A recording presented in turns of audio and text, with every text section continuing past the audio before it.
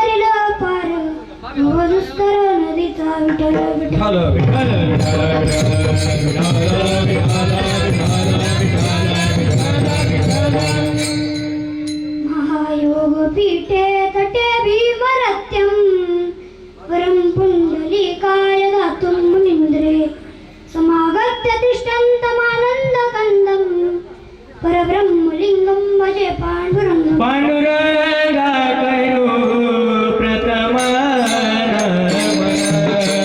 पाण्डुरङ्गा करो प्रथमा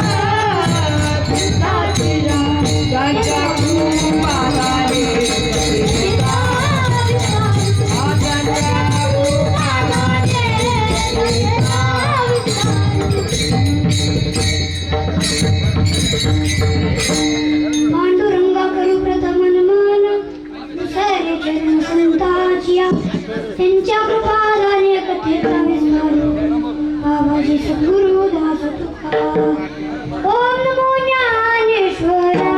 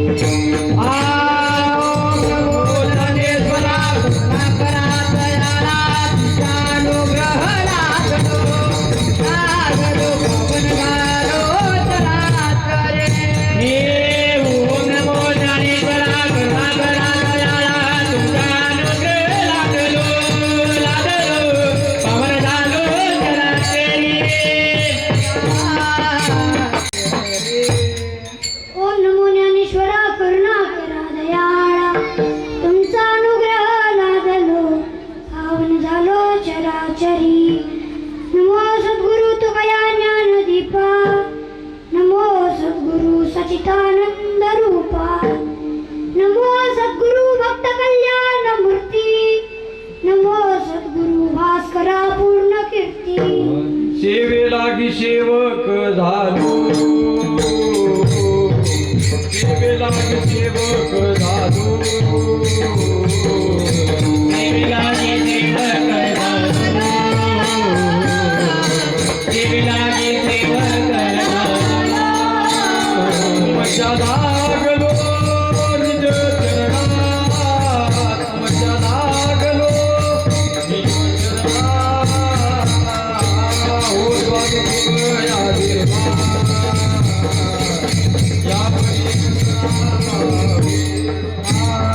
मजा लागलो निज चरणात मजा लागलो निज चरणात हो स्वामी तुझ्या देवा हो स्वामी तुझ्या देवा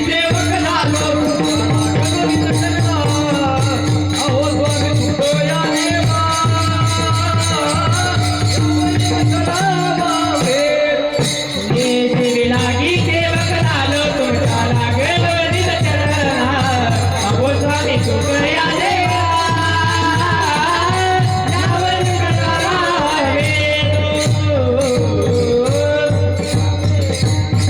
सेवेलागी सेवक झालो तुमच्या लादलो निज चरणा आहो स्वामी तुकया देवा यावरी न करावा उभे रू विठ्ठल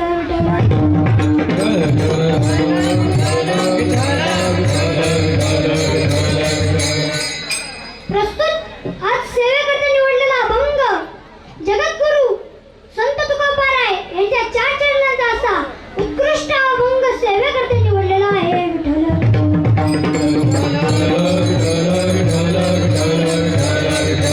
कीर्तन सुरू करण्या अगोदर थोडा पर्याय देणं गरजेचं आहे तो म्हणजे असा की खरवली या गावात चालू असलेली ही कीर्तनरूपी सेवा मला आपल्या गावाच्या ग्रामस्थ मंडळीमुळे मिळालेली आहे व ही कीर्तनरूपी सेवा मला आपल्या गावाच्या यात्रेमुळे मिळालेली आहे तर ही मला जशी जमेल तिच्याशी चांगलं करण्याचा प्रयत्न मी करेन विठ्ठल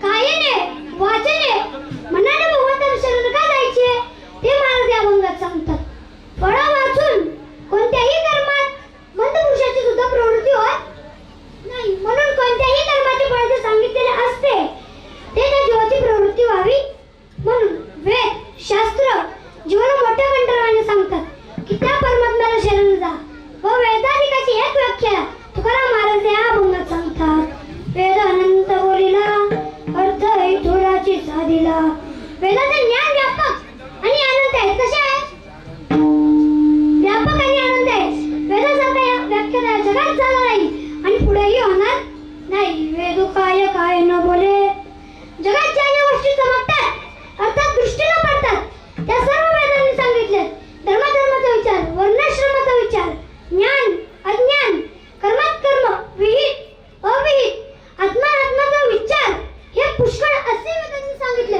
परंतु वेदांचा आपल्या मुलीचा निष्कर्ष काय निघाला विठोबा भाषी शरण जावे निज अनिष्ट मुखी नाम गावे हे सर्व वेदांचे सार आहे परंतु वेदांचा आपल्या मुलीचा निष्कर्ष काय निघाला विठोबा भाषी शरण जावे महाराज म्हणतात की मी शास्त्रांचा चांगलाच विचार केला सकळ शास्त्रांचा विचार अंती तुलाची निर्धार महाराज म्हणतात की मी पुराणे पाहिली पुराणे दांडोळीली दर्शने विठ्ठल विठ्ठल विठ्ठल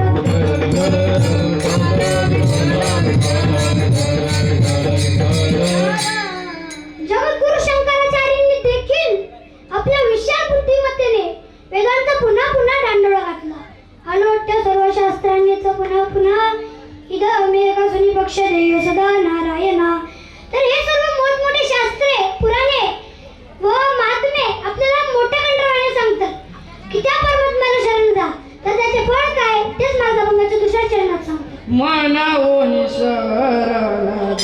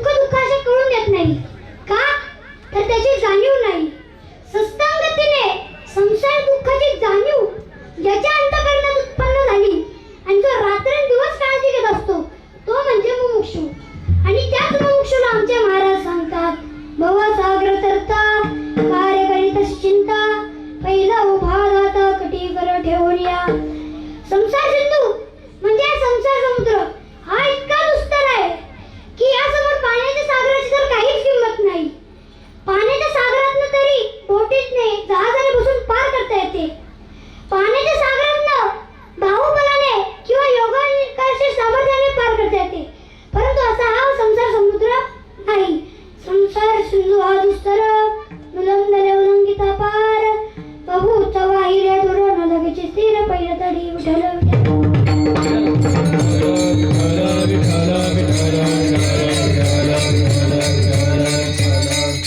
कितीतरी बुडाले पण ते परत आलेच नाही जे स्वतःच्या सामर्थ्याने उडी घातल्या ते तर सुजून फुगूनही वर आले नाही बुडाले त्यांचा मूळ ना मार्ग लागला तोच लाग सांडोनिया असा जरी हा संसार समुद्र तरुण जाणार अत्यंत कठीण असला तर तिथे मायेच्या पलीकडे तो पांडुरंग परमात्मा कटेवर हात ठेवून बाय त्याला शरण जा ते आडवया भीमा तारवया ते आत्मा पहिलं थडीये परमात्मा मध्ये राहिला पुंडलिक या तिन्हीचे दुर्बल प्राण्या नाही जन्म मरण पुनरपि आगमन येत बोलीची नाही विठ्ठल विठ्ठल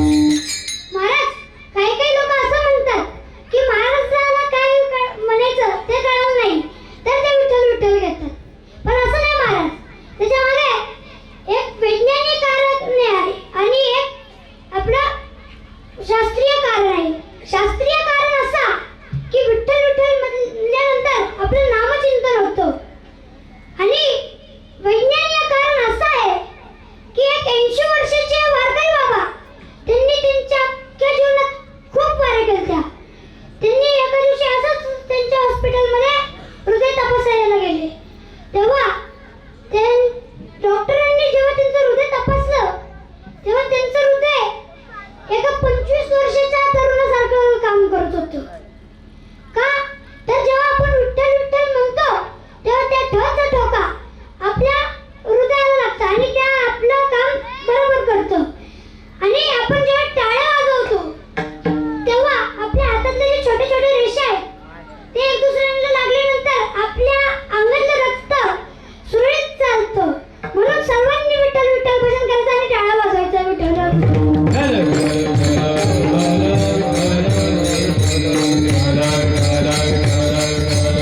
महाराज भगवंताला शरण जावं संतांना पण शरण जावं आणि आई वडिलांना शरण जावं आई वडिलांना शरण का जावं तर त्यांनी आपल्याला जन्म दिलेला आहे आपण त्यांचे उपकार कसं फिटवणार ते तर आपल्याला माहिती नाही कारण आपण त्यांचा उपकार कसंच फिटवू नाही शकत त्यांनी आपल्याला अनमोल जन्म दिलेला आहे आई तुझ्या मूर्ती वाणी या जगात मूर्ती नाही अनमोल जन्म दिला गाई तुझे उपकार फिटणार नाही अनमोल जन्म दिला आपल्याला त्या वडिलांनी महाराज आई कोण आहे बोलायला शिकवते चालायला शिकवते आई आपल्या बाळाला जीवनात कसं जगायचं हे शिकवते आई आपल्या बाळाला संस्कार देते आई म्हणजे दारातली ती पवित्र तुळस आणि आई म्हणजे वेदनेनंतरची पहिली आरोळी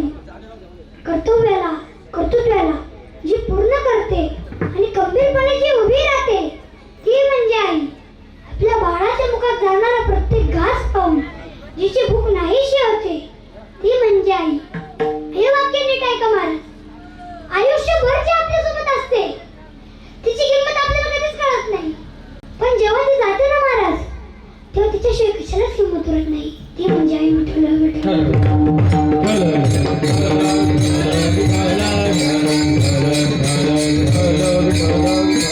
आई ती मायेचा सागर आहे तिनेच आपल्या जीवनाला आधार दिलेला आहे तिने आपल्याला अनमोल जन्म पण दिलेला आहे आपले आई वडील खूप थोर आहे त्यांचे उपकार काय सांगू जीवनाच्या वाटेवरती त्यांचा किती आधार असतो आहे माझी मायाचा सागर दिला तिने जीवनाकार आई वडील माझे थोर काय सांगू त्यांचे उपकार जीवनाच्या वाटेवरती किती असतो त्यांचा आधार आई माझी मायाचा सागर दिला तिने जीवनाकार तडपत्या उन्हात रखरखत्या रानात राहील का माझ्यासाठी तू कष्टाच्या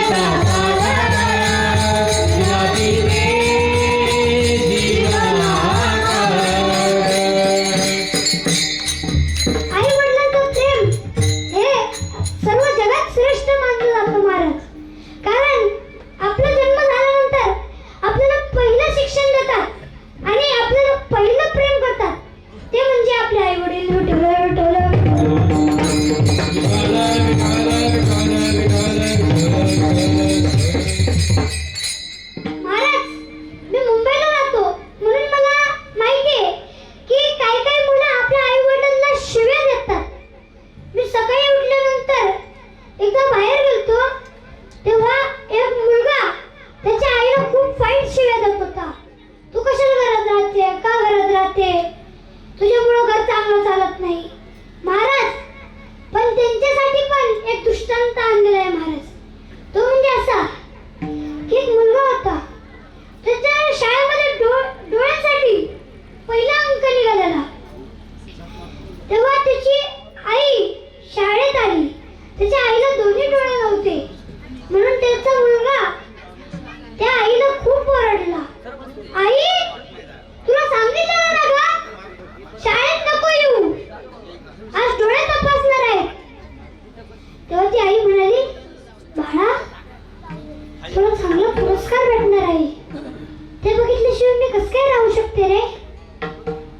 तेव्हा तो म्हणाला, आई मला काय माहिती नाही, ते तू घरी जा. ती म्हणाली, बाळा चालतंय, मी घरी जाते आणि तुझ्यासाठी चांगलंच जेवण बनवते. महाराज, ती आई घरी गेली, त्याच्या मुलासाठी जेवण बनवलं. काही वर्षांनंतर अभ्यासामुळे पण त्याचा चांगला नंबर निघाला आणि त्याला बाहेरच्या देशामध्ये शिक्षणासाठी बोलवलं. तेव्हा तो शिक्षणाला गेल्यानंतर त्याचं चांगलं शिक्षण झालं, पण त्याची आई वारली. त्याच्या आईचं पुण्यतिथी करण्यासाठी तो जेव्हा घरी गेला तेव्हा त्याला घरी एक चिठ्ठी सापडली.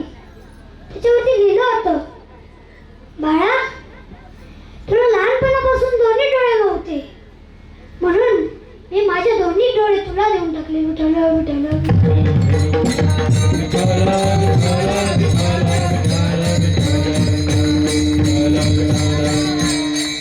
महाराज, आई ही कोण आहे?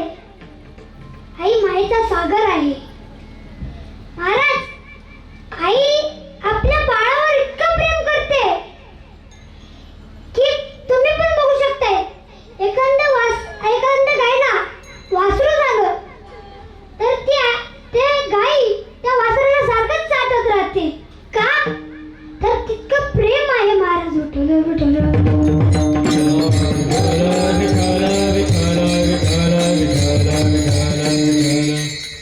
महाराज, मग काही लोक तर आपल्या बायकोसाठी आपल्या आईला घराच्या बाहेर काढतात.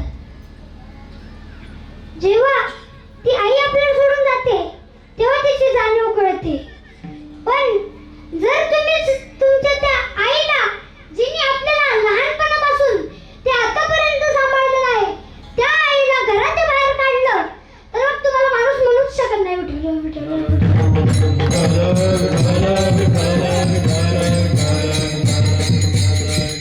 आणि जे आपल्या आईला घराबाहेर काढतात त्यांच्यासाठी पण एक दृष्टांत आहे महाराज. एक मुलगा होता, त्याचं फार असं लग्नाचं वय आलं. त्याला वडील नव्हते, म्हणून त्याचं लग्नाचं सर्व कार्यक्रम त्याच्या आईने केलं. काही दिवस निघून गेले. त्याची बायको म्हणाली, हो, जर तुम्ही माझ्यावर खरं प्रेम करत असाल तर तुम्ही तुमच्या आईचं काळीच मला काढून आणून देशाल. तेव्हा तो म्हणाला, अगं वेडी झालीस का? मी माझ्या आईचं काळीच कसं काय आणून देऊ? त्या आईने मला लहानपणापासून आतापर्यंत सांभाळलेलं आहे, तर त्या आईचं काळीच मी कसं काय आणून देऊ? तेव्हा ती म्हणाली, मला तर ते काही माहिती नाही, पण जर तुम्ही माझ्यावर खरं प्रेम करत असाल तर तुम्ही तुमच्या आईचं काळीच मला आणून देशाल. तेव्हा तो म्हणाला, चालते. त्याची आई रात्री शेतात झोपायला गेली. रात्रीचं 12-1 वाजता तो कोयता घेऊन रात्रीचं शेतात गेला. शेवटचं त्याच्या आईचं पाया पडलं आणि त्याच्या आईचं काळीच काढलं. महाराज, किती दुःख होत असेल ती आई जेव्हा आपल्याला सोडून जात असेल तेव्हा. पण महाराज, जर स्वतःच्या बायकोसाठी आपण स्वतःच्या आईचं काळीच काढत असेल तर त्याला माणूस का म्हणावं? रात्रीच्या अंधारात काहीच दिसत नव्हतं महाराज. पळता पळता पळता पळता दगडाला पाय लागलं. महाराज. खाली पडला. पण त्या काळजातनं शेवटचा आवाज आला, बाळा, तुला लागलं नाही ना? असं हे आईचं प्रेम असतं महाराज. पण जेव्हा तू बायको म्हणाली, जर तुम्ही स्वतःच्या आईचं काळीज काढून आणलं, मी कोण आहे? जर तुम्हाला कोणी चांगले पैसे दिले, चांगली गाडी दिली, बंगला दिला, तर मग तुम्ही तर माझं पण काळीज काढून टाकशाल. तेव्हा त्याची बायको पण त्याला सोडून गेली. महाराज विठ्ठल विठ्ठल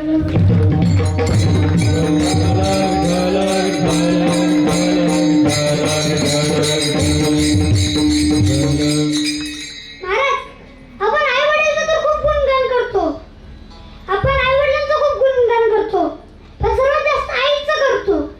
कधी कधी आपण वडिलांचं गुणगान करायचं विसरतो. त्यांनी आपल्यासाठी किती कष्ट घेतले होते ते मात्र आपण विसरतो. महाराज, काही लोक तर आपली उंची आपल्या बापाशी मोजतात, पण त्यांना काय माहिती की आपण किती मोठे झालो. म्हणून बाप लहान होत म्हणून कोणत्याही कर्माचे फळ सांगितलेले असते त्याच्या जीवाची प्रवृत्ती व्हावी म्हणून. महाराज, आपण किती मोठे झालो म्हणून बाप लहान होत नाही, तो नेहमी मोठा असतो. मनाने, प्रेमाने आणि त्यागाने आपण मोठे होतो.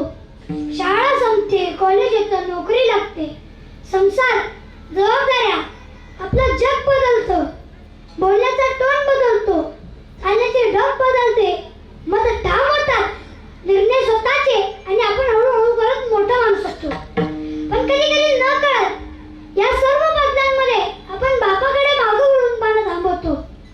त्याने आपल्यासाठी किती कष्ट घेतले होते ते मात्र आपण विसरतो. बाप फक्त एक घर चालवणारा माणूस नाही, तर तो आपल्या जीवनातला एक आधारस्तंभ असतो. आपल्या प्रत्येक यशामागे, प्रत्येक पावलामागे त्याची न बोललेली साथ असते. तो थेट मार्गदर्शन करत नाही, पण त्याचं जगणं एक शिकवण असते.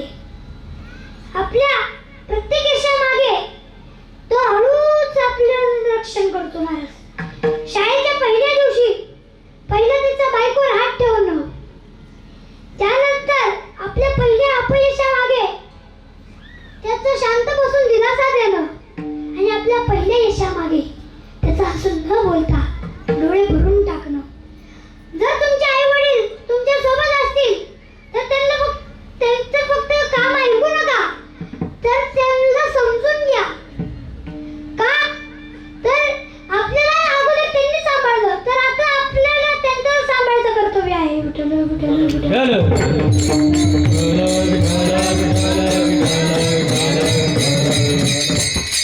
महाराज, त्या वडिलांच्या उरामध्ये पण माया काळ्या मेघासारखा आहे.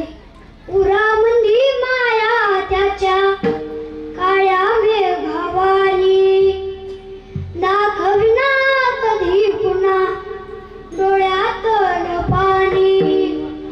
जिजू जिजू संसाराचा गाडा गला, वटामंदी हसू जरी कणा वागला. घडीभर तू थांब गड्या, ऐक त्याची दापर, लई अवघड आहे गड्या, उमगाया बापर, उमगाया बापर, लई अवघड आहे गड्या, उमगाया बापर, उमगाया बापर. महाराज, वडिलांच्या पण काळजामध्ये एकदम काळ्या मेघासारखी माया असते. महाराज, म्हणून कोणालाही विसरा, पण त्या आई वडिलांना विसरू नका ज्यांनी आपल्याला लहानपणापासून आतापर्यंत मोठं केलं.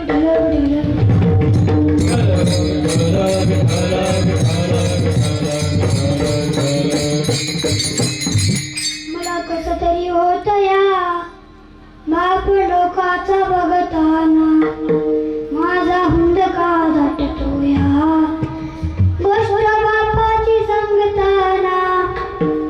खमीस कवाटी भटलेलं, सुई दोरान शिवलेलं, माझ्या बापाच्या धोतराला सदा ती गाळ जोडलेलं. आली जत्रा गावाची, बाप जुन्नरी जायाचा, उदार बाजार कापड पोरांना आणायचा. जुन्या फाटक्यानं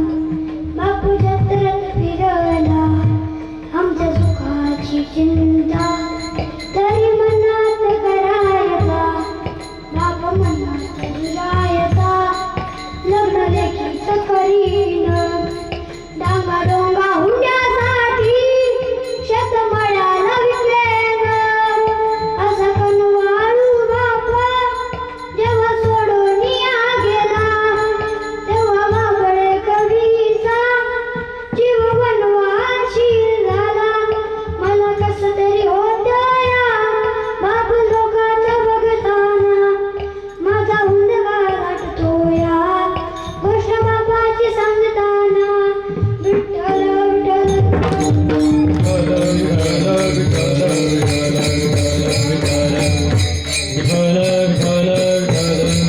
महाराज म्हणून त्या भगवंतासोबत आपल्या आई वडिलांना पण शरण जावं महाराज आई वडिलांसारखं तो भगवंत पण अत्यंत कृपाळू आहे व आनंदही नाम त्याला सांगितलेले आहे आता 33 कोटी देव आहेत 33 कोटी देव चामुंडा अष्टकोटी भैरव आहेत तर आता यापैकी कोणाला शरण जावे ते महाराज अभंगाच्या 3ऱ्या चरणात सांगतात बहु आहे करुणावंत बहु आहे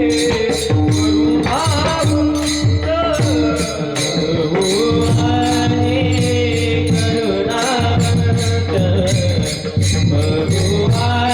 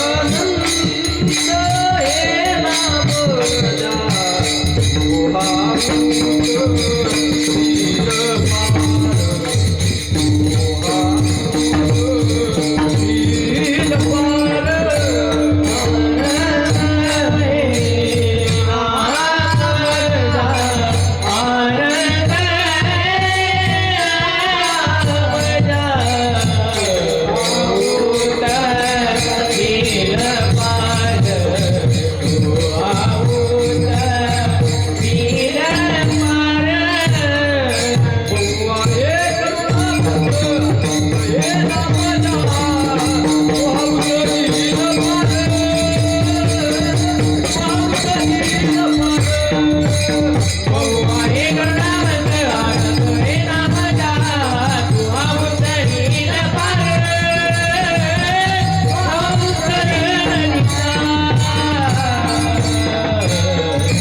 बहु आहे बहु आहे करुणावंत अनंत हे नाम जा महाराज म्हणतात की तो भगवंत अत्यंत कृपाळू आहे म्हणून त्याला शरण जावा व जितकी कृपा त्या भगवंताच्या ठिकाणी आहे तितकी कृपा तर त्या आई वडिलांच्या ठिकाणीही नाही असं तुका महाराज सांगतात काहीतरी अपेक्षा असते आई वडिलांना असं वाटतं की आता जर चांगलं वाढवलं शिकवलं मोठं केलं शिक्षण दिलं तर म्हातारपणी आपल्याला पाण्याला झोका देईल महाराज पण आता असं थोडी ना होणार आहे म्हातारपणी कोणी कोणाला झोका दिले महाराज काहीतरी अपेक्षा असते निरपेक्ष का नाही मनासारखे नव्हता बालकाशी मारी माता तुका म्हणे सांगू किती बाबुले काशी मारी ती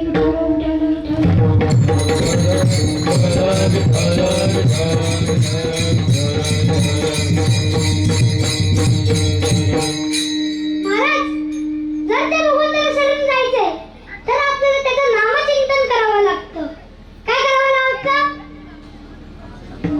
आवाज येऊन द्या कीर्तन चालू आहे, लक्ष असलं पाहिजे काय केलं पाहिजे नामचिंतन केलं पाहिजे तर नामदेव रायांनी पण भगवंताचं फार असं नामचिंतन केलं होतं नामदेव राय हे भक्त होते परंतु अनपेक्षित भक्त होते आपण कसे भक्त आहोत अपेक्षित भक्त आहोत आपल्याला कशाची अपेक्षा असते भगवंत मला हे पाहिजे मला ते पाहिजे मला जमीन पाहिजे मला गाडी पाहिजे मला बंगला पाहिजे काही असं कोणताच असं भक्त नाही इथं बसलेल्यापैकी सगळ्यांना भगवंताची काहीतरी अपेक्षा आहे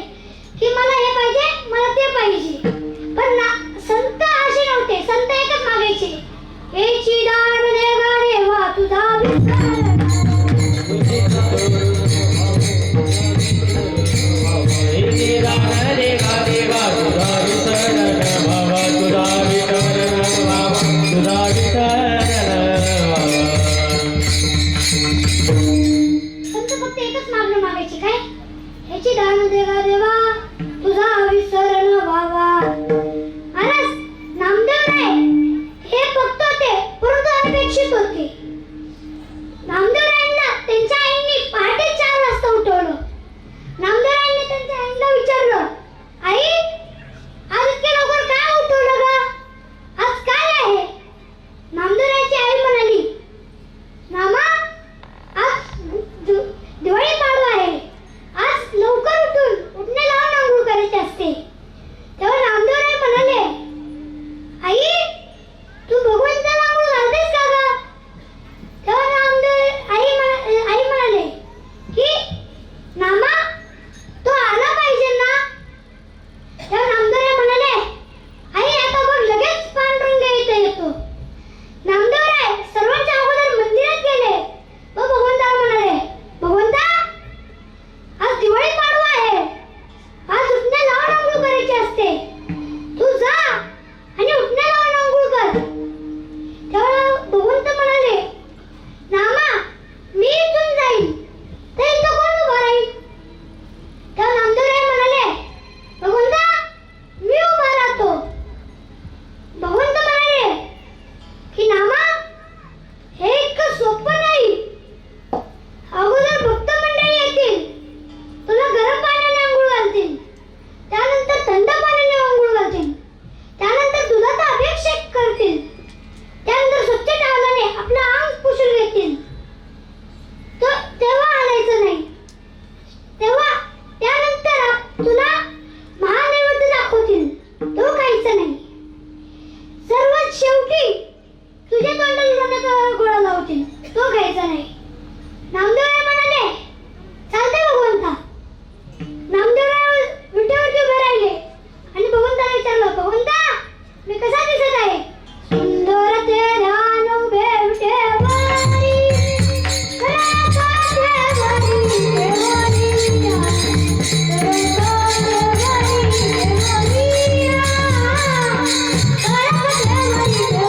देवरिया, सुंदर ते दान उभे विटेवरी, करकटावरी देवरिया, करकटेवरी देवरिया, करकटेवरी देवरिया. सुंदर ते ध्यान उभे विटेवरी, करकटेवरी ठेवून या. भगवंत म्हणाले, नामा किती गोड दिसत आहेस रे. तेव्हा भगवंत नामदेवरायांच्या घरी गेले. काही वेळानंतर वाळवंटापासून महाद्वारापर्यंत गर्दी होती.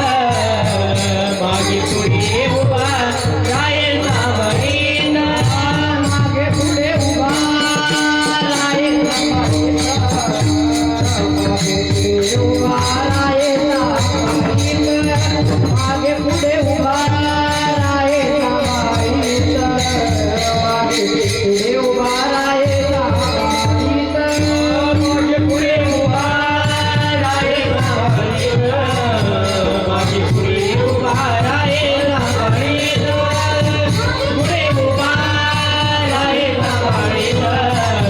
मागे पुढे उभा राहायचा माहीत.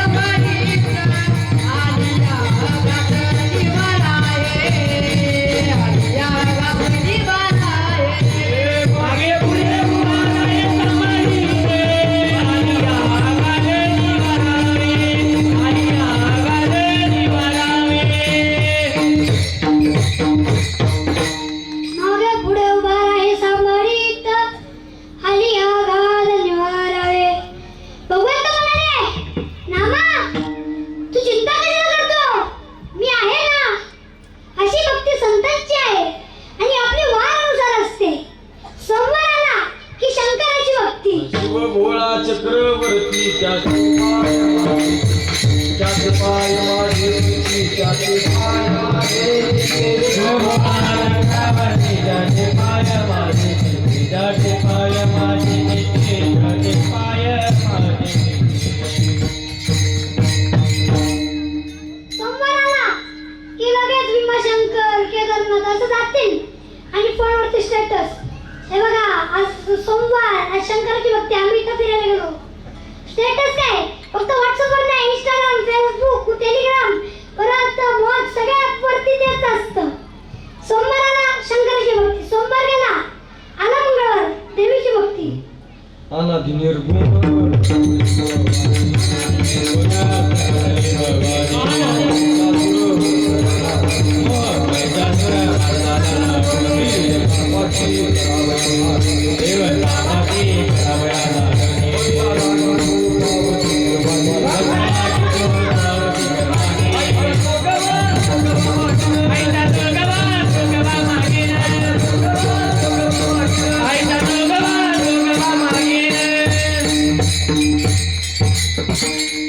मंगळवारी देवीची भक्ती लगेच जाणार देवीच्या मंदिरात फोटो काढणार बघा आम्ही आलो देवीच्या मंदिरात. मंगळवार गेला आला बुधवार चला हो पंढरीला, चला हो पंढरीला, जीवाचा जीवाला पाहू, जीवाचा जीवाला पाहू. ओ पंढरीला हो, चला हो पंढरीला हो, जीवाचा जीवाला पाहू, जीवाचा जीवाला पाहू.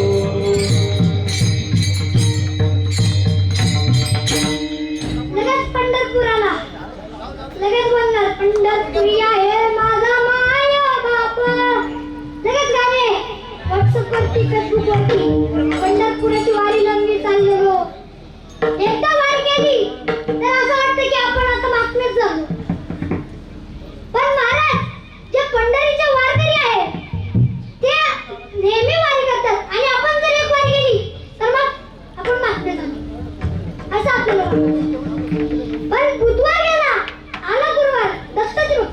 तिना श्रीचा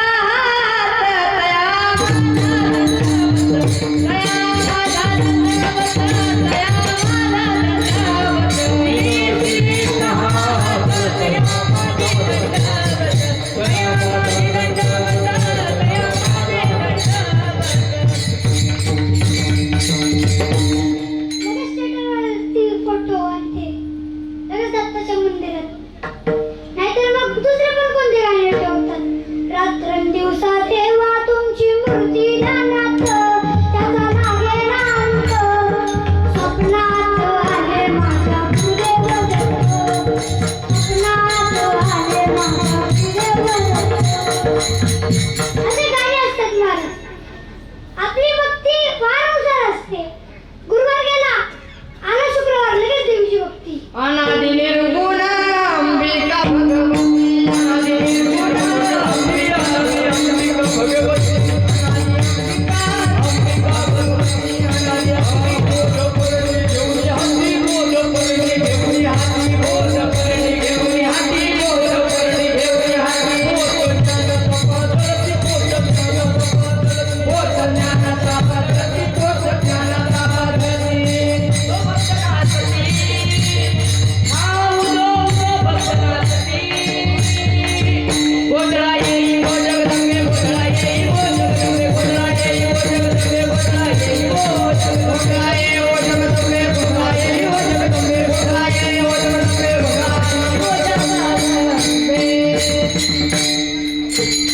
लगेच देवीच्या मंदिरात तुळजापूरला फोटो काढतात. हे बघा आम्ही आलो तुळजापूरला. फोटो लगेच स्टेटस इंस्टाग्राम वरती सगळीकडे. शुक्रवार गेला, आला शनिवार. हे दुःख भंजना मारुती वंदना, कुणाला मेरी पुकार, पवन सुत विनती, वारंवार पवन सुत विनती, वारंवार. हे दुःख भंजना मारुती वंदना, हे दुःख भंजना मारुती वंदना, कुणाला मेरी पुकार, पवन सुत विनती, वारंवार पवन सुत विनती, लगेच हनुमंताच्या मंदिरात. हे बघा आम्ही आलो हनुमंताच्या मंदिरात. शनिवार गेला, आला रविवार, खंडोबाची भक्ती.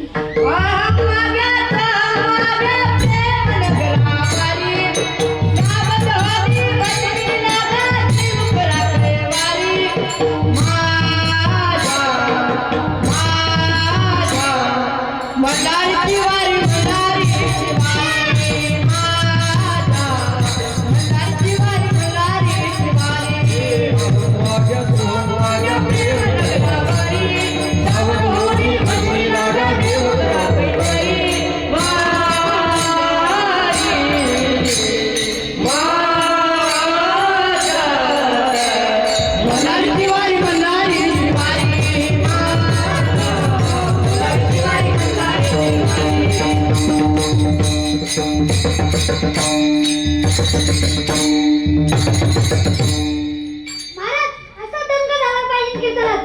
कीर्तनात नाचलं पाहिजे, नाहीतर लोक डीजे वरती नाचतात. आम्हाला त्याचे शिवटन डीजे नाही, आला ओंकार भक्त नाही, आलाच माऊली डीजे. आपलं असं असते. पण कसं करायचं? नाचू कीर्तनाचे रंगी, नाचू कीर्तनाचे रंगी. नाचू कीर्तनाचे रंगी, नाचू कीर्तनाचे रंगी, नाचू कीर्तनाचे रंगी.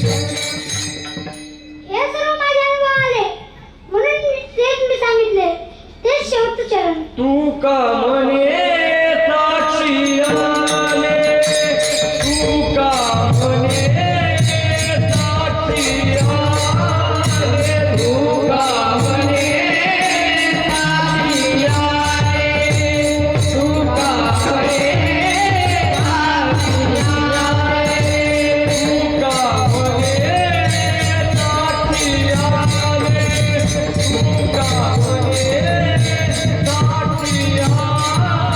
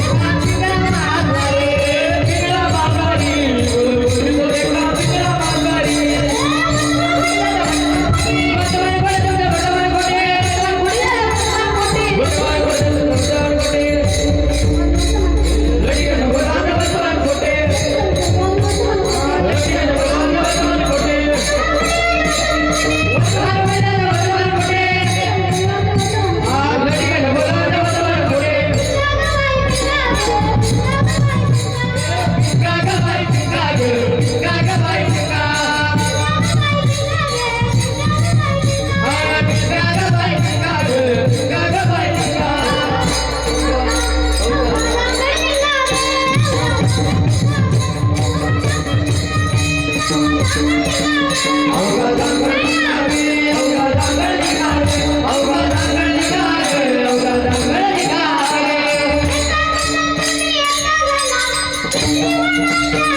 एका जणात तुम्ही एका जणात श्रीवनाचा नाही हो.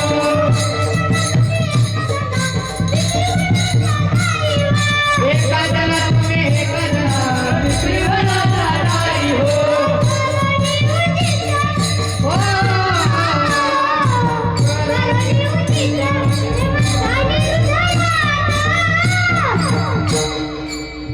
मागायाचं अनुदान